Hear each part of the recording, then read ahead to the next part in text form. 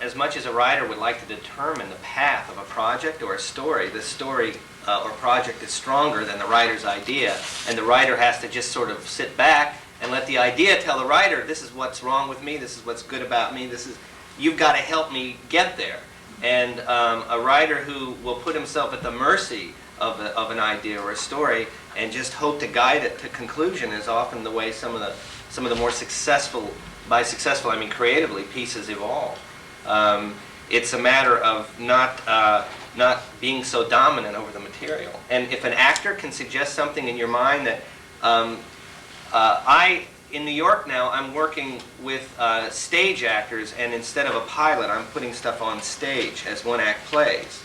And what I thought I might do is to write a series of monologues for the characters in a show, and let all the actors come in and listen to the monologues and hear the definition of these characters. There was one actor who came in that was not right for any of the parts, and we liked him so much, we kept giving him another guy. Well, why don't you try to be him? And that didn't work. Well, maybe you could be him, and that didn't work. And finally, we just looked at him and said, well, let's make up a guy for him. He's that good. And it was one of our most successful characters. So you might think you're a big deal at some point, but you're never. You're always really smaller than what you're doing. I think that brings up, I think there's like a lot of different schools of, the one thing I think that helped from a theater background for me, and I know what John is saying, the emerging thing, and I guess we can all talk about that. I mean, you know, I find that I've worked on two different kinds of situation comedies. One is a dictatorship that, no, the word is and the butter, say that, or the, once worked with a producer, she'll remain nameless, who we had all seen this MASH special where the writers and actors sat across from each other and talked over the script. And he said the next day, well, we're going to have a meeting with the actors. And he thought maybe this would be good. For which, after they had been kind of suppressed for 6 shows, they came forth with a volley of complaints. And I remember he turned to me and said, next week, marionettes.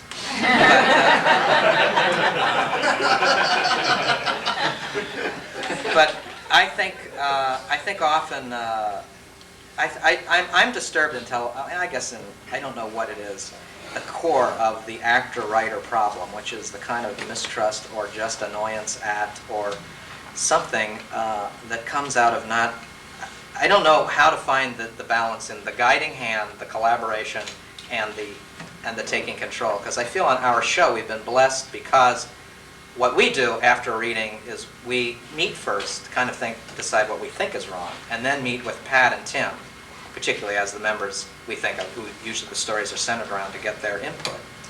And that's worked well for us because I think they feel they have input, and it's genuinely taken into consideration. And it's been given us a great feeling on the floor.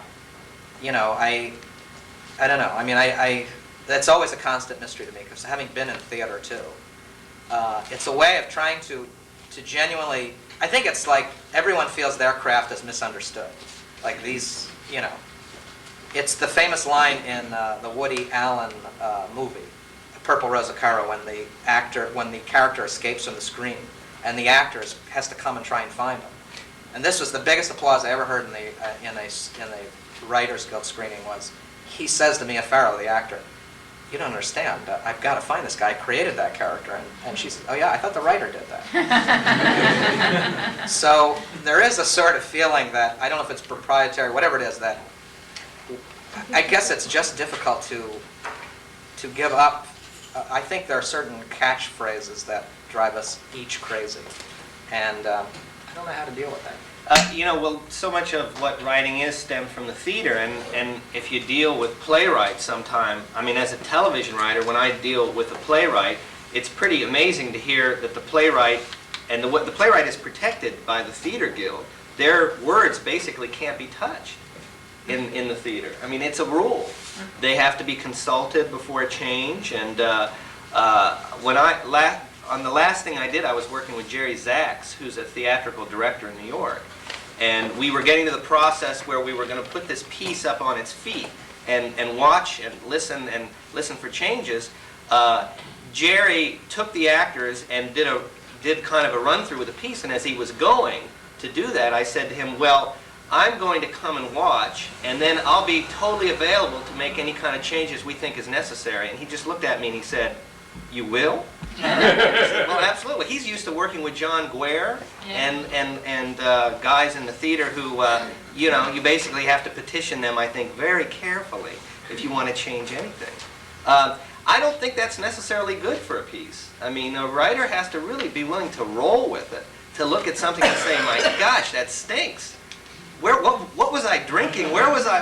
You know, how can that be up there? And then to go back and say, well, let's try to fix it. And that's one of the great things about television writing. I think that you have to be flexible. Your personality has to be flexible. You have to be selfless in your ideas. If you're in a room with other writers and one writer is really sold on this thing they just pitched, you'll be bogged down and you'll never go anywhere. But if a writer is willing to say something and have it fall on ears that just look at him and say, whew, what is that? And then come back again. It's good. It's good for the spirit of the room. It's good for the piece, ultimately.